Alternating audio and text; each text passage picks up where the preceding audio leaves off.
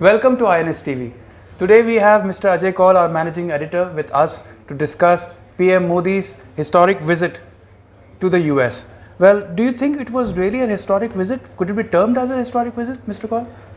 Yeah, it was historic in various ways, actually, in several sense. I mean, if you start with Howdy Modi, where you saw how US President Trump joined Prime Minister Modi at the event, and then how you saw the euphoria and how it was like an election rally, and how the two went around the stadium and how they praised each other, and how Trump, I mean, it's unprecedented that the US President is joining an Indian leader at an Indian diaspora event.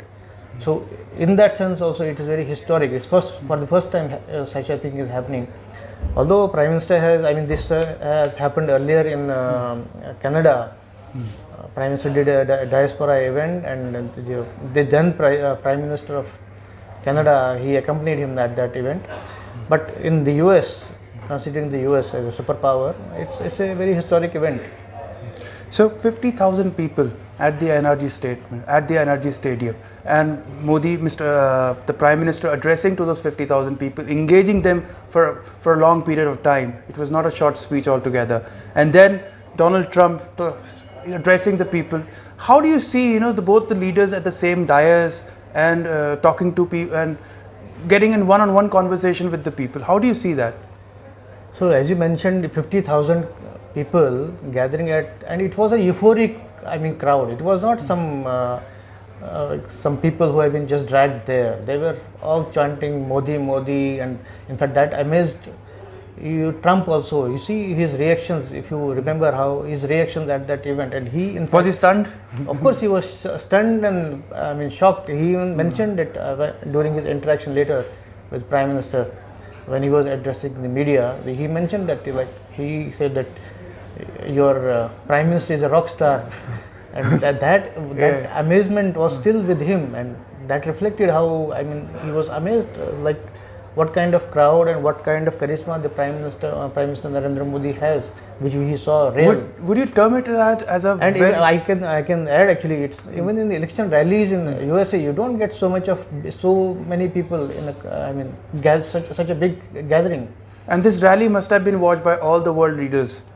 Of course, anything happening in USA is watched across the world, and particularly when the Indian leader is there and he is interacting with the US President, and everybody watches for diplomatic reasons and strategic reasons. All countries keep a close watch on what's happening, and the body language, the protocol, and everything else. So you think, this particular engagement in the US with the US President would certainly help in creating global footprint in terms of political, taking strategically developing relations with other countries. Do you think that will help it? See, you see that if you have a special relationship with the US, I mean, US is the world policeman, is world power, superpower. It drives everything in the world, whether we accept it or not.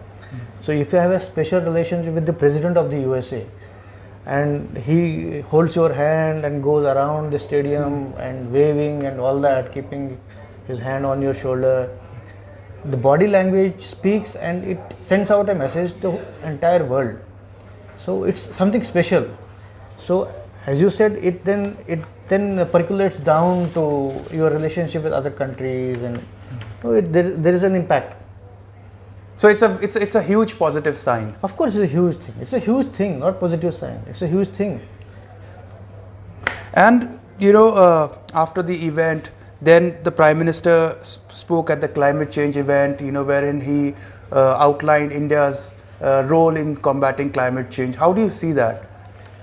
India has been, Prime Minister has been saying, India has been saying it for long. Like climate change, it is not something new that India is doing, and we have a history of 3,000 years, and that is what Prime Minister Narendra Modi mentioned, and that is what he mentioned, that government of India is taking a lot of steps towards addressing climate change. He talked about this renewable energy of 175 gigawatts. Single-use plastic? Single-use plastic is one of them, but having a renewable energy as the main source, I mean, reducing the dependence on fossil fuels, I mean petroleum products and all.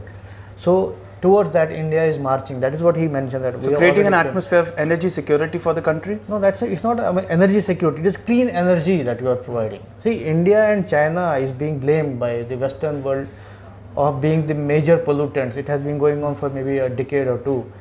That you in China and India are the biggest pollutants who have damaged climate.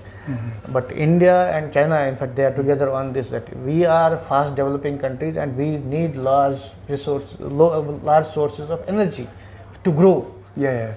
As the economy grows, the larger sources of energy are needed. So where do you get them? So if you burn more fossil fuel, then the climate is damaged.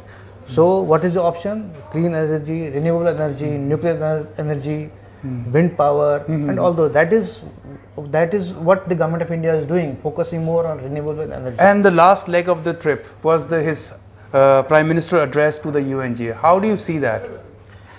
The UNGA address was, I mean, it was like a statesman-like. I mean, that is how a country, the leader of a country, an emerging country, which has arrived on an international stage, a world stage, that is how he is supposed to deliver and tell the world. I mean, send his message across to the world, like talking about development, talking about multipolarity, talking about peace. Like the most important mention was that we don't give, I mean, we have given Buddha and not Yuddha, not war, we are given peace to the world. He talked about peacekeeping operations where India is the largest contributor. So actually I don't want to mention, but if you just compare it with Pakistan, our neighbor, which was like blabbering and bloodbath, rhetoric, and it's like you are addressing some street gathering or something. If you are in UNGA and address it has some sanctity. You are addressing the world. It is a once in a year program, and you have to utilize it in a very statesman-like or diplomatic. You have to have some sanctity about it. Have some seriousness about it. You can't just raise. So now the PM has come back from the United States. He's definitely going to get a heroic welcome. For past 1 week, he had engaged with major leaders, political leaders across the globe, and engaged with the US. How do you see that? His welcome back. The BJP definitely will be upbeat about it, and they'll be taking it out to their supporters and to the media about the trip. How do you see that? The BJP will try to highlight and raise the profile of the visit and highlight the importance and the historicity of this.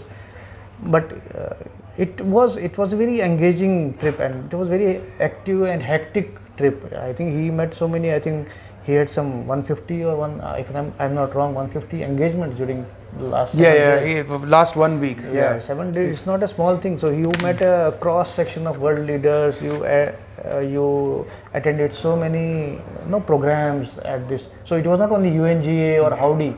There were so many other things happening during last 1 week. Thank you, Mr. Kaul, joining us. Thank you for watching INS TV.